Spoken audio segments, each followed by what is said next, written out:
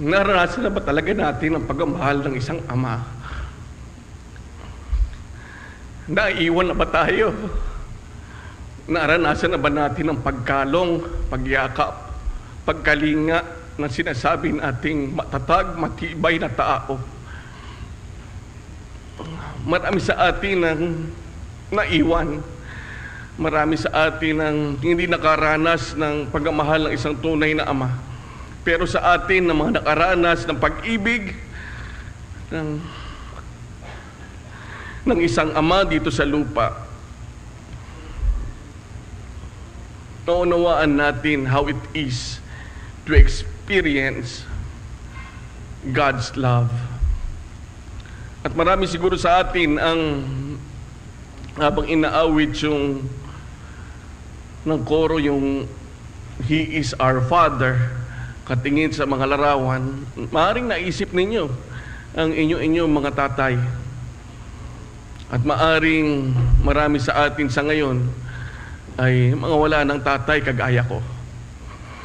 I lost my father in 2022. Recently lang. Siguro dahil kaya ako na umiiyak dahil hindi pa tapos yung aking grieving process.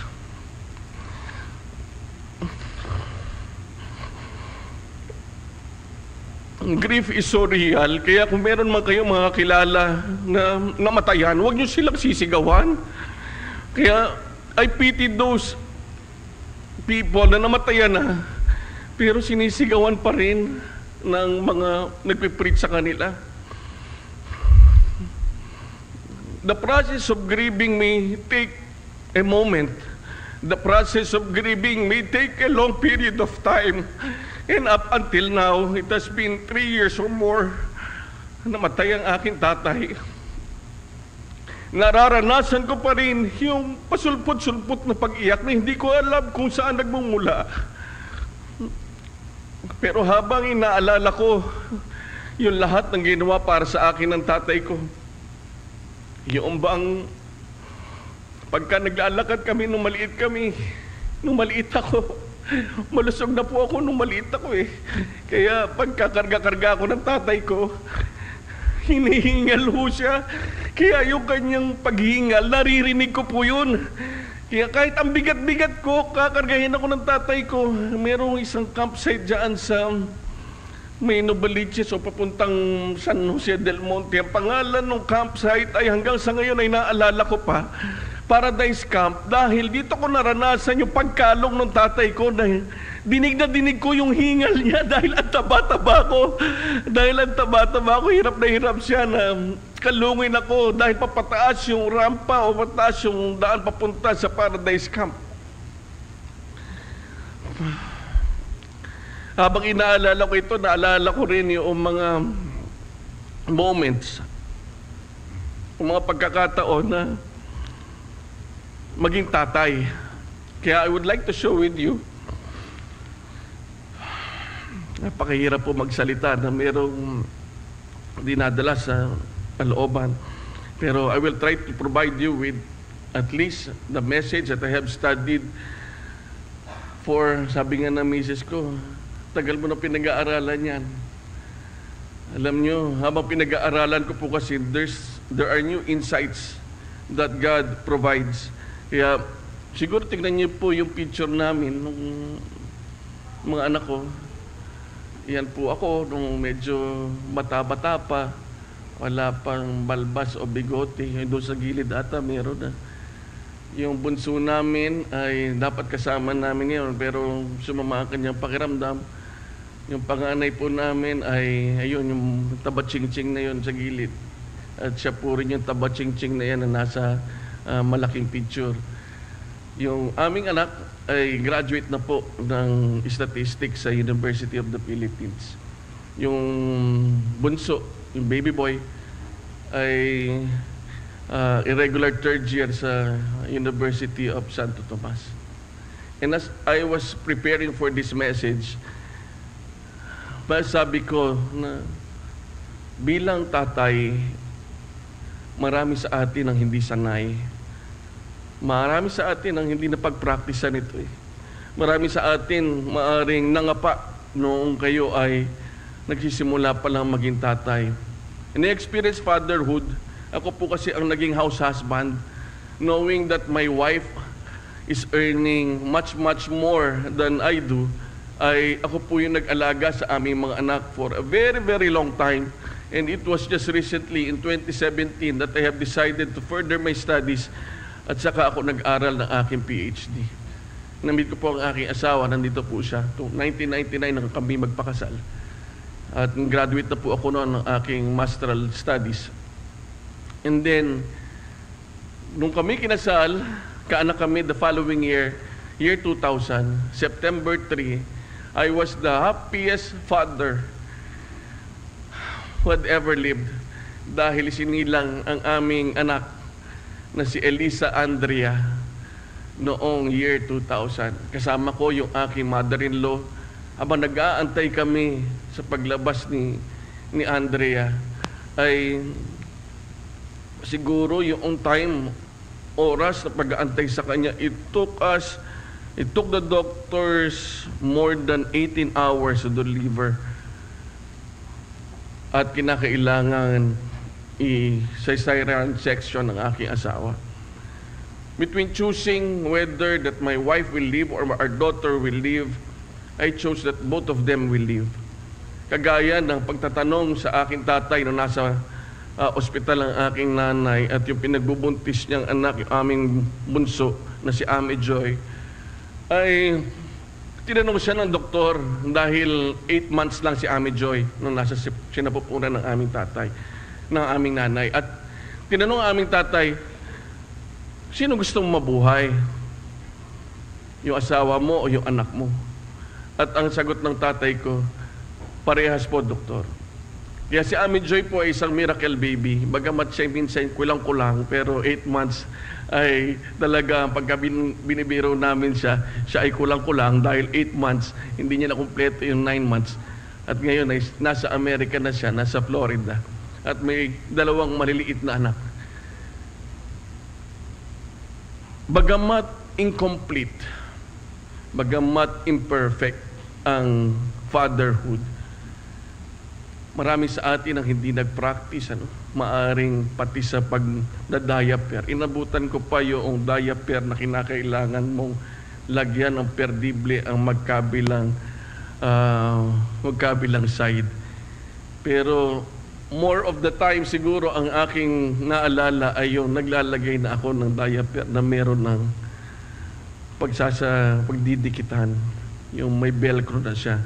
Pero naglaba din po ako ng lampin. Sino sa inyo nakaranas na maglaba ng lampin? Mga tatay, araw natin to, wala mo na maglalaba. Araw natin to. Sabi nga ni Kuya Belroy, magsasampay na lang tayo. Magsasampay. Hindi tayo maglalaba, magsasampay na lang.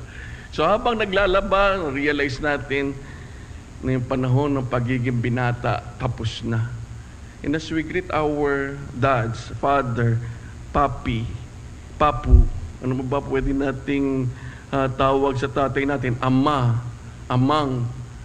Sa pagbati natin sa kanila, bagamat sila ay imperfect, bagamat sila ay unpracticed, naalagaan nila tayo at tayo narito ngayon. Dahil alam ko, at tunay na nababatid ko sa aking sarili, that God provided us with understanding and wisdom. So earthly fatherhood is unpracticed. It is imperfect. And there is a call for every one of us. Hindi lamang po para sa mga tatay, para po sa ating lahat. At kung mababasa niyo ang mga talata ng Proverbs chapter 8 verses 1 to 4 at maging verse 22 and verse 30. Ito ay tinatawag na prelude to the Logos. Wisdom is being seen, shouting at us, telling us that there is a God wanting to have a relationship with us. That there is a God more like our Father who wants to embrace us and hug us and wanted to experience eternity with us. Kaya yung aking mensahe sa umagang ito ay aking pinamagatang From CKC to Eternity. It is in knowing our Tatay God. Anong tawag niyo sa tatay niyo? Papa, Tatay, Ama.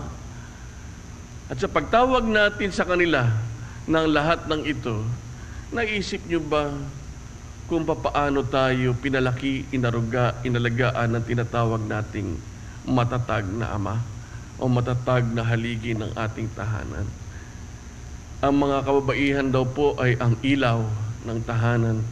Hindi mabubuo ang isang tahanan kung walang isang haligi. Bagamat ang Father's Day po ay out of the many holidays, para sa Amerika, pang 20th holiday ang Father's Day. Mas nauna pa yung Holy Week, yung All Saints Day, pang 20. Bakit? Bakit kaya ang tanong? Dahil karamihan sa mga tatay ay hindi naman talaga binabati ng Happy Father's Day. Gumising ako kanina, tulog pa yung dalawa ko anak. Gusto ko nga sana makasama dito yung dalawa. Pero meron na sila sari-sarilang desisyon. And this is my prayer for this morning, that the call that was provided for us in Scriptures, and even in nature itself, and even in knowing who Jesus Christ is, may the call be a realized person in the person of Jesus Christ. And in this morning, may we realize the call in the person of who our fathers are. At sana ma-realize natin na ang wisdom itself or understanding itself may not be humanly made. It is God sent to us. Ang pagkakaroon natin ng karunungan, ng kaunawaan sa mga bagay-bagay na nangyayari sa atin ay hindi gawa ng tao, kundi gawa ng nag-iisang mapagmahal na Diyos, the ultimate Father. And as we see the following slides, medyo mahaba po ito sa verses 8 to 20, chapter 8, 22 to 30. The Lord possessed me in the beginning of His way. Before His works of old, I was set up from everlasting. Sino po yung tinutukoy dito? Wisdom as personified by words or by the language of man. But in the next slide, in John chapter 1, verses 1 to 5, in the beginning was the Word, and the Word was with God, and the Word was God. The same was in the beginning with God. All things were made by Him, and without Him was not anything made that was made. In Him was life, and life was the light of men. And the light shineth in darkness, and the darkness comprehend it not. Sa pananaw ng mga naniniwala o nagbabasa patungkol sa sinasabi ni St. Thomas Aquinas, dito niya na-differentiate what it is to be in understanding of the Word, and in understanding the world, and in really understanding what the Word really means, and really understanding the God of nature. Tayo na nakakaalam at nakakabatid ng mga nangyayari sa buhay natin, kahit sa atin ng mga tatay na narito, kung papaano natin papahalagahan ang lahat ng ito, ang Diyos din naman ang siyang nagbibigay. Try to realize something na sa tingin mo ay alam mo, pero in reality ay hindi mo talaga alam. Like playing chess. Sino dito ang naglalaro ng chess? Maaring alam mo yung mga moves, but you will never understand how it is to win unless you practice and practice and practice and practice playing chess. Kahit ikaw siguro yung pinakamagaling na tao naglalaro ng chess, kung hindi ka na nagpa-practice, mawawala sa iyo yung kagalingan. Naalala ko nung panahon namin, ang kilalang chess player ay si Eugene Torre. Mga kasabayan niya, sila Karpov, sila Kasparov. At pagka naririnig mo ang Kasparov at Karpov, international yun. Pagka narinig mo si Eugene Torre, Philippine-made. Kumbaga, meron tayong panglaban sa chess, kaya lang hindi sasabay sa mga kagaya ni Kasparov at saka ni Karpov. And then na-develop yung computer. Nung na-develop yung computer, mas gumaling yung computer kaysa sa tao. At hanggang sa kayo nakikita nyo, mas magaling ang computer kaysa sa tao in terms of research, in terms of understanding, but they do not have this. Wala sila nito. Ano ito? Yung puso. Someone who will feel, someone who will know that when a baby cries, that baby needs something. Isipin natin ang ating mga karanasan bilang mga anak. Isipin din natin ang ating karanasan sa ating community, sa ating mga naranasan sa buhay. Pagka tayo ay nanatiling seeking, we may never understand God's wisdom unless we open our hearts. Ang tawag po doon ay pananampalataya. Kahit gaano kagaling mo, kahit gaano katalino mo, hindi mo maunawaan ang salita ng Panginoon, not unless you open your mind, you open your heart, and you have faith. Gaining true wisdom is gaining Jesus Christ. Gaining the Logos is gaining Jesus Christ. True wisdom is the all-time access key toward a deeper relationship with God as our ultimate Father. True wisdom is Jesus Christ. Kung hindi pa natin kilala kung sino ang tunay nagbibigay sa atin ng kaalaman, karunungan kung sino ang Diyos or ang ultimate Father, hindi natin mauunawaan o hindi pa natin nakikilala kung sino si Jesus sa ating mga buhay. Because the ultimate access key is Jesus Christ alone. Kaya kung babasahin natin from Old to New Testament, God's redemptive plan was lined up. Inisa-isa niya from Genesis, from the beginning of this world, even though He knew that the world will sin against Him, pinagpatuloy niya pa rin. Nilikha niya pa rin ang mundo dahil love na love niya tayo, kaya siya yung ultimate Father. Kahit alam niya na ilang beses man tayong madapa, tayo ay muling tatayo at tayo ay kakargahin niya. Sino ba dito ang hindi pa nakaranas ng pagkarga? Siguro sa ngayon, hindi ko na mararanasan ulit na kargahin ako. Sino pa rito ang hindi pa nakaranas ng kalungin ng kanyang ama? O hindi talaga nakaranas totally ng pagkalong ng kanyang ama? Kaya tingnan natin yung unang katangian ng Diyos natin. A trustworthy and tender leader. Ang Diyos natin na magpapakilala sa atin kung sino ang Diyos. Ang kanyang Diyos na sinasabi nating nagpadala sa bugtong na anak upang iligtas tayo. Nakasulat na eh. Kung babasahin nyo from Genesis to Revelation, pagpapakilala that God is the hero, pagpapakilala that only God will save us, so paanong paraan sa magitan ng kanyang pagkapakatao? Naniniwala po ba tayo sa misteryong iyon na mayroong Diyos na makapangyarihan sa lahat dahil mahal na mahal niya tayo, kahit na alam niya magkakasala tayo, He decided to create us because He loves us so much. Ganon tayo kamahal ng Diyos. Ganon tayo kinakalingan ng Diyos. Ganon tayo inaalagaan ng Diyos. And His love is trustworthy and tender. Alam niyo, habang pinag-aaralan ko yung Isaiah chapter 43, when you walk to the fire, you will not be burned. The flames will not set you ablaze. Ibig sabihin nito, hindi tayo aalisin ng Diyos sa mga sitwasyon na mahirap, kundi sasamahan niya tayo at tayo'y aalisin niya doon sa sitwasyon na yon, nakasama siya. At mapagtatagumpayan natin yung mga sitwasyong yon nang kasama siya. Ganun niya tayo kamahal. Pero una't-una pa man, habang hindi natin nauunawaan ang kanyang pag-ibig sa atin, we need to return to creation to understand it fully. And then we look at stories from the Old Testament that even though humanity is so crooked, God still chose to love us. And what happens next? He became a human being just like us to experience us. Isipin niyo yun, Diyos na makapangyarihan sa lahat, na lumalang sa lahat ng tao, na lumalang sa lahat ng mundo, ito ay nakiisa sa atin. Nagpakatao para maranasan din natin bilang tatay at bilang tao na tayo ay manatiling magpakatao. Hindi tayo hayop. Tayo ay tao.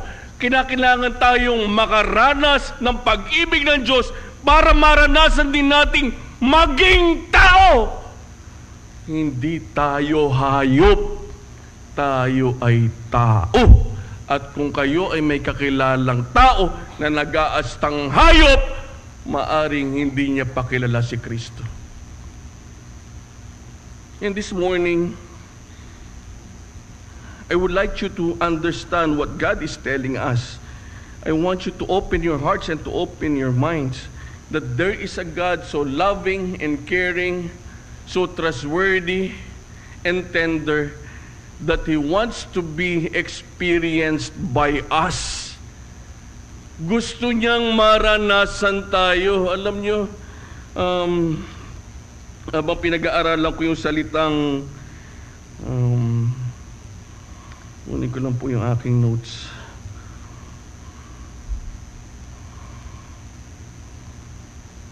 Yung mga keywords ko dito, meron akong mga ilang nilagay o salita na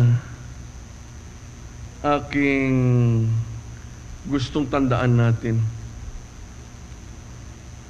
Isaiah chapter 43 verse 2, when you walk through the fire, you shall not be burned. A father who reflects true wisdom walks through fire with us. Isipin nyo, tayo ay kasama ng Diyos na lumalakad sa ating mga pain, sa ating mga sufferings. But we will not understand pain and suffering unless we see Jesus Christ. Ano ba yung naranasan ni Jesus? Ano ba yung dinanas ni Jesus? Isipin nyo, Diyos na makapangyarihan sa lahat, nabuhay ng 9 na buwan sa sinapupunan ng isang ina at siya'y naging tao. That's the first humiliation of God. You want to understand that? Kaya siguro tayo, hirap na hirap tayo, na gumising ng umaga, pagka-araw ng linggo, dahil iniisip natin, magsisimba na naman ako. Kabigatan na naman sa akin yan. But we don't realize what Jesus Christ did for us. What Jesus Christ did for us, He became human. God became human. Isipin nyo na lang po yun. Subukan nyo unawain. Dahil it is only the Holy Spirit's work that will open your hearts and will open your mind. At least try to understand. He will give you wisdom. Ang Diyos ang magbibigay sa atin ng karunungan at ng kaalaman. At pagkatapos nun, ipaparanas niya sa atin kung sino si Jesus. Naranasan niyo na ba si Jesus? Sinubukan niyo na bang maglakad-lakad kayo ng ilang milya sa initan? Sinubukan niyo na ba maglakad-lakad kayo ng ilang milya sa initan? Tapos, karga-karga niyo yung pinakamabigat niyong anak. Subukan nyo lang. Subukan nyo. Kung kayo yung mga anak, subukan nyo maglakad ng karga-karga nyo. Yung bunso nyo o yung panganay nyo, nakabigat-bigat sa initan.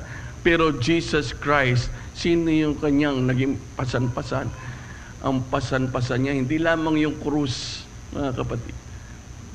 Ang pasan-pasan ni Jesus ay yung kasalanan ng buong sangkatauhan. The physical part, siguro, mayroong taong makagagawa. Kaya may ilang nagpapapako pa sa krus. At mayroon pang nagbubuhat ng kanilang krus. Iniisip nilang mapapantayan ng bawat isa sa kanila kung ano ang ginawa ni Jesus. Pero yung dalhin ang kasalanan ng sanlibutan, kahit si Atlas, hindi niya kayang magagawa iyon. It is only through Jesus Christ that we were saved. Ganun tayo kamahal ng Diyos. Sasamahan niya, sinamahan niya, at patuloy tayong sasamahan sa gitna ng mga pansamantalang kapigatian dito sa mundo. Maaring may iba sa atin ang tingin sa buhay dito ay pasarap lang. Kaya nakapagnakaw sila ng milyon-milyon, bilyon-bilyon sa kabangyaman ng bansa. And it's easy for them to do this because they have that experience who God is, the ultimate Father in their lives. Isipin natin, hindi mo masasaktan ng iba, lalo na yung anak mo. Subukan nyo manakit ng anak nyo sa panahon na ngayon. Subukan nyo lang. Manakit kayo ng anak nyo sa panahon ngayon. Dati kasi naranasan namin yung hindi lang nakaprepare yung pamalo. Talagang ang ginagawa doon, nilalagay pa sa taas ng pintuan. Para pagka tinawag ka ng tatay mo, alam mo na. Kaya kami magkakapatid, pagka tinatawag kami ng tatay namin, nagtatago kami. Kasi alam na namin na may nagawa kami pagkakamali. At kami ay papaluin. At yung pamalo ay yung galing sa bayabas. Yung stick ay galing sa bayabas. At pagka ginano, may tunog pa.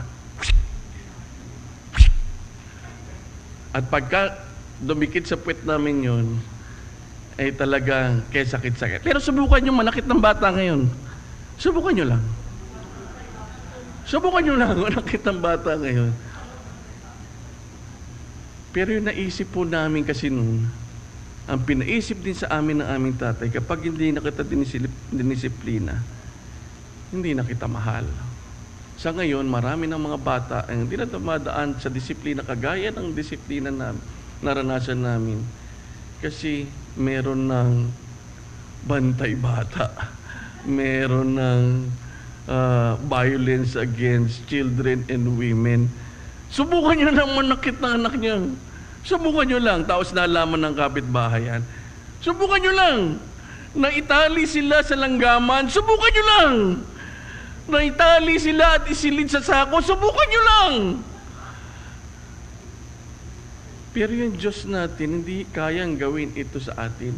At ang kanyang pagmamahal sa atin ay hindi yung may halong panloloko o may halong deception. Ang pagmamahal sa atin ng Diyos ay palaging tapat. Psalm 145 verse 13. Tapat ang Diyos na nangako sa atin at yung pag-ibig niya sa atin ay totoo, walang halong bolahan. Maaring paminsan-minsan nabobola ko asawa ko. Kaya ng mga panahon na nagpo-photography ako, nabilhan niya ako ng mga camera, ng mga lenses. Pero sa Diyos, hindi natin mabobola ang Diyos. Kahit anong isipin natin at sabihin natin, alam ng Diyos. At alam niya kung genuine worshipers tayo. Alam niya, kilala niya tayo kung nagsisinungaling tayo. Mga tatay natin, maaari mga pagsinungaling tayo.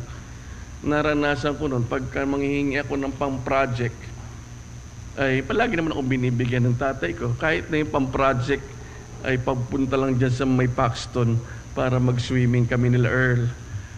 Hindi ko alam kung naalala pa ni Earl. May swimming pool dyan sa may Paxton na paliguan naming mga bata.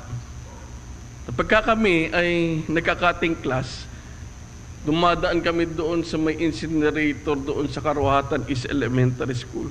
Umakyat kami doon. Dala-dala yung sinabi sa tatay na pang-project, dinala namin para makapag-swimming kami. Pwede nating lokohin yung tatay natin dito sa lupa. Pero hindi natin mabobola. Malilin lang. Never! Na malilin lang natin ang Diyos. Kahit na pataas-pataas pa tayo ng kamay dyan, alam ng Diyos yung puso natin.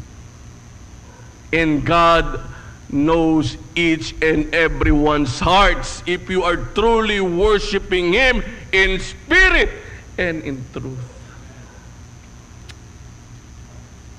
How trustworthy and tender is our ultimate Father. Yan ang pinapakilala sa atin ng Diyos. Second one, our Father is attentive and always present. I'm talking about the ultimate Father. Marami siguro sa atin mga tatay na naranasan kasi namin, kasi tatay ko po ay pastor. Naranasan namin na wala kaming tatay most of the time sa bahay. At kapag ka siya ay uuwi, di namin alam, diabetic na pala, marami ng init ng ulo. Kaya yung pamalo, nag-evolve yung pamalo. Hindi lamang napalo sa pamamagitan ng bayabas, napalo din kami sa umagitan ng mga cord ng tawag doon, ng plancha. Masakit yun. And every time, uuwi ang tatay ko, pagod na pagod. Inalala at inalalayan ang iba't ibang tahanan, ang iba't ibang pamilya, at uuwi sila sa aming mga tahanan na sila'y pagod na. Kaya isipin nyo yung mga tatay nyo na pagod na uuwi ng bahay. Isipin nyo, nag-i-expect na niya na sila ay mamamahinga. Naranasan ko rin kasi na uuwi ng pagod. Nag-i-expect na pag uwi mo ng bahay ay may makakain ka. Subukan nyo mga tatay, uwi kayo, pagod na pagod kayo, tapos wala kayong makain. Di ba parang ang hirap? Para bang gusto mong lumabas agad at pumunta sa karinderya para kumuha ng isang ulam at isang order ng rice. Subukan nyo, may sakit na kayo, diabetic na kayo, may high blood na kayo, pag uwi nyo pa ng tahanan, yung madadatnan nyo pa yung iba't ibang ugali ng inyong mga anak. Subukan nyo kung hindi rin kayo magalit. At habang tumatanda, ito recently ko lang na-realize ito, habang tumatanda, habang lumalaki yung ating mga anak, palakas sila ng palakas. Habang tumatanda naman tayo, pahina naman tayo ng pahina. At kapag kapanahon na ng suntukan ng anak natin saka tayo, di tayo mananalo kasi malalakas na sila at tumanda na tayo. At dahil doon, niisip ko, nagkakasakit na rin ako. Meron na akong maintenance eh. Meron na akong maintenance sa high blood. Kaya minsan siguro, magtaas lang ng boses o meron lang hindi nagawa mo, hindi maganda yung anak, bigla ka na mag-flare up. Pero ang Diyos natin hindi ganyan. Kahit ano pang nagawa natin, kagaya ng isang ama na susuungin ng lahat, susuungin ng lahat ng Diyos, kahit ang apoy, kahit ang kahirapan at katindihan ng buhay, susuungin niya. Because He knows you by name. Ganon tayo kakilala ng Diyos natin. Yung mga anak natin, pagka tinawag natin, sa amin 2 lang, medyo hindi kami nalilito. Subukan nyo yung 10 anak. Subukan nyo lang na meron kayong 10 anak at kung paano nyo sila tatawagin. At kayo ay naging edad nyo na ay 70 years old. Subukan nyo lang kung matandaan nyo pa yung 10 nyong anak. Pero tayo, kilala tayo ng Diyos. Kahit ganong karami pa tayo dito sa mundo, kilala tayo ng Diyos. Alam niya kung sino tayo. At dahil alam niya kung sino tayo, alam niya din kung tayo ay hindi nagiging kaluguran sa kanyang harapan. Pero sa kabila nun, kilala niya tayo. Minamahal niya tayo. You have searched me, Lord, and you know me. You are familiar with all my ways. Kilala tayo ng Diyos. Isipin nyo kahit na magtago man kayo kung saan man, malalaan at malalaan ng Diyos ang ginawa ninyo. Malalaan at malalaan ng Diyos kung kayo ba ay sumasamba sa Kanya o hindi. Kung kayo ba ay katiwa-tiwala o hindi bilang tao. Kung kayo ba ay nagiging kagaya niya na mapagmahal sa Kanyang mga anak. Mga tatay, mga pagkakataon na hindi tayo attentive. May mga pagkakataon na hindi tayo present. But we know that our ultimate Father is always present. Love na love niya tayo. Hindi niya tayo pababayaan. And He knows us by our names.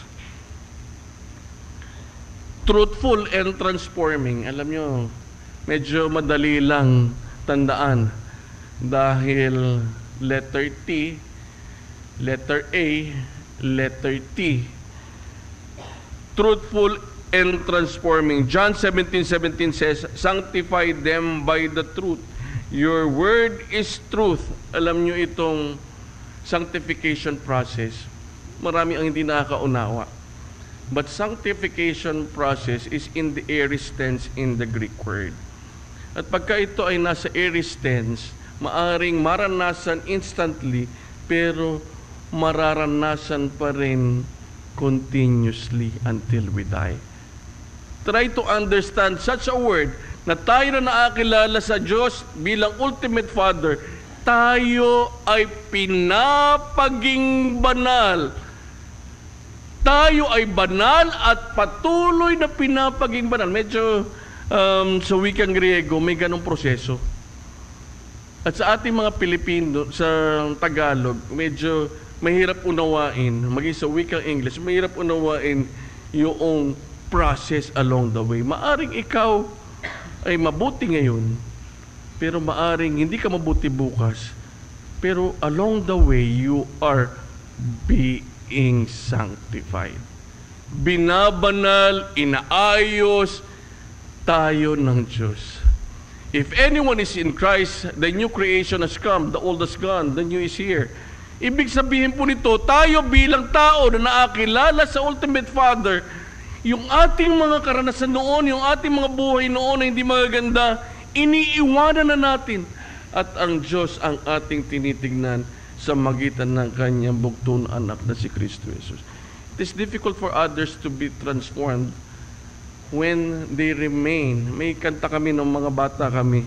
Mayroon bang tuwirang isip na naglinis at nagbihis, ngunit ang isinuot ay dati niyang damit. Isipin nyo, no? Nailigo man siya, nagbihis, pero ang sinusuot niya, yung dati, subukan nyo magsuot ulit ng mga ganyan, mga dati nyong sinuotan, mga isang linggo, subukan nyo lang. Tapos magbiyahe kayo, sasakay kayo ng jeep, tapos sasakay kayo ng LRT, subukan nyo lang. In this world, pagka kayo ay merong pagkakamali, ang bilis niyan. Parang swarm eh. Pagka kayo ay kagaya social media, no? Pagka may hindi ka nagawang hindi maganda, sa swarm sila, para silang mga bubuyog na nakita ng pulot-pukyutang. Isipin nyo, yung mga tao maamoy sa inyo, yung isang linggo, na yun din ang damit nyo. Baka hindi mag-swarm sa inyo, pero pag-uusapan kayo, pero lalayo sila sa inyo. Subukan nyo lang. Magsuot kayo ng damit at yun din. Kahit maligo kayo, yun at yun din. Loob lang isang linggo. Subukan nyo lang. Ang isang Kristiyano na ang buhay niya ay yung buhay niya pa rin dati. Subukan nyo. Ang tao ay makikilala kayo kung sino kayo. Makikilala kayo kung sino kayo. Kaya napakaganda no idea that we are being sanctified. Bagamat tayo bumabagsak, tayo tumatayo at tayo'y nananatiling na kay Kristo. Pero may iba na ang buhay ay wala talagang binago. Nakilala nga si Jesus, pero hanggang head knowledge lang. Hindi niya naranasan yung Jesus na nagpabago ng kanyang puso dahil siya ay nanatiling matigas ang kalooban. Try to understand this, my dear brethren. Hanggat hindi nagbubukas yung ating puso at hindi natin binubuksan yung ating mga isipan, tayo ay mananatiling bulag. Tayo ay mananatiling patay sa ating kaluluwa. At tayo'y mananatiling nabubuhay sa kung ano man ang buhay mo noong nakaraan. but our ultimate Father will provide us with healing. Yakap-yakap kasi tayo ng Diyos. Yung salitang biyaya, mga kapatid, when we understand it, hindi natin karapatan, wala tayong kalayaang tanggapin ito, wala tayong pribilehiyong tanggapin ito, pero ibinigay sa atin ng Diyos. Biyaya. Halimbawa, yung mga nataningan na ng buhay, maraming hindi naniniwala that there is such a word called miracle. That when we pray for them at pinatong natin ating mga kamay sa kanilang mga ulo, sila ay magkakaroon ng kagalingan. Subukan nating unawain. Subukan lang natin pumikit. Subukan nating unawain that there is a God who can touch our lives, who can touch our hearts, who can touch our minds, and change us. Merong Diyos na kayang magpagaling, merong Diyos na kayang tanggalin tayo sa mga hirap ng buhay na dinadanas natin at ilagay tayo sa pinakamagandang buhay. Just try to imagine. Dahil those who have received God's love and God's grace will experience it themselves. Mararanasan nyo. And this genuine faith that is in you will transform you as a person and will transform you as a human being to the point na hindi kayo makikilala na sa inyong buhay na dinadanas ngayon noong dati nyong mga kasama sa buhay. May mga patotoo na nagsasabing hindi lamang yung kanilang itsura ang nag-iiba, pati yung kanilang pagtingin sa kung ano ang magiging hinaharap ng buhay. Those who experience the sanctifying grace of God will experience total change. Maaring sa ngayon ay hindi pa biglaan, pero sabi natin kayo na it is a process wherein if we trust our Lord, through the power of the Holy Spirit, everything will change for the best, hindi for the worst. Kung dati sinungaling ka, hanggang ngayon sinungaling ka, wala na tayong magagawa. Hindi mo pa talaga kilala si Jesucristo bilang Panginoon tagapagligtas ng buhay mo. Dahil kung dati sinungaling ka, dahil dati kung hindi ka pagkakatiwalaan at hindi ka totoo, ikaw ay magiging bago na. Mararanasan mo na yung sanctifying grace ng Panginoon sa iyo. Pero kung hindi, wala pa. Dahil naging head knowledge lang sa iyo ang salita ng Panginoon. Head knowledge, alam mo lang, pero hindi mo talaga naisa sa pamuhay. Fourth, our ultimate Father is affirming and always investing. Iba tayo sa hayop. Tayo ay much more. Mga hayop kinreate instantly. Ang tao hinulmahan at hiningahan. That's how important we are. The imago Dei is in us. The image of God is in us. Kaya may mga nagsasabi, dahil binigyan tayo ng imahe ng Diyos sa atin, automatically we shall know Him. No! We can never know the Father unless we seek Him. Hindi natin makikilala ang Diyos hanggat hindi natin nakikilala si Jesus, dahil si Jesus lang ang katotohanan, ang daan at ang buhay. Walang makakakilala sa Ama kundi sa pamamagitan niya. Try to understand it, Mahal na mahal tayo ng Diyos to the point na ipinakilala niya sa atin at dinala sa atin ang kanyang anak. And when we do not understand such a marvelous and miraculous thing that God had done for us, di natin maunawaan ang lahat ng ito. Kahit ano pang lalim ng pag-aaral natin, di natin maunawaan ang lahat ng ito. Because the person of Jesus Christ is a personal God. The Father wants to have a relationship with us, and He wants a relationship that is so personal na kahit na anong gawin natin, hindi natin maunawaan ito kung ang utak lang natin ang pinaiiral natin. That is why there is called faith. Tayo, i-release natin ang lahat at pagkakatiwala sa Kanya. Ang lahat-lahat. Kaya ba natin yun, mga kapatid? We will only see the affirming and always investing God when we see Jesus Christ. Lastly, our ultimate Father is yielding purpose from pain.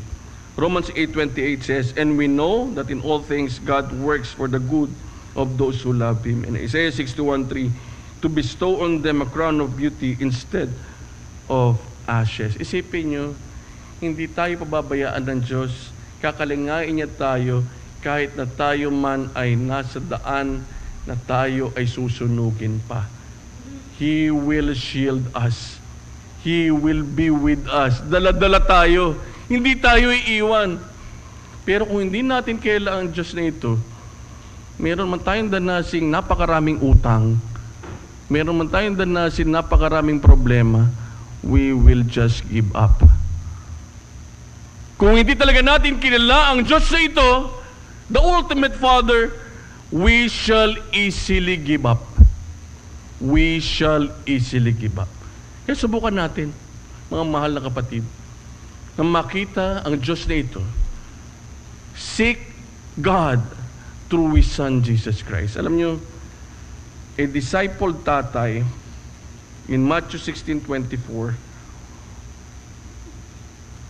will take up his cross and follow Jesus. A disciple tatay will have compassion to his children as the Lord shows compassion on them. A disciple tatay will be like the father in the story of the prodigal son, who had compassion for the prodigal son. He ran to his son, threw his arms around him, and kissed him. Such kindness and compassion will be among those who are discipled. Kaya merong malaking pinagagawa sa atin ang Diyos bilang church. We should disciple our tatays. And as for me and my house, we will serve the Lord, Joshua says, so that our tatays will say the same. Maranasan ng Diyos ang ating mga ama at maranasan ng ating mga ama kung sino ang Diyos sa magitan ng mga programa natin sa iglesia. And I will close with this. True wisdom is Jesus Christ Himself, who graciously reveals the ultimate Father. This revelation comes through faith in His person, empowered by the Holy Spirit. This profound truth is then passed on by discipling earthly fathers, enabling them to impart hope, healing, and identity to the next generation.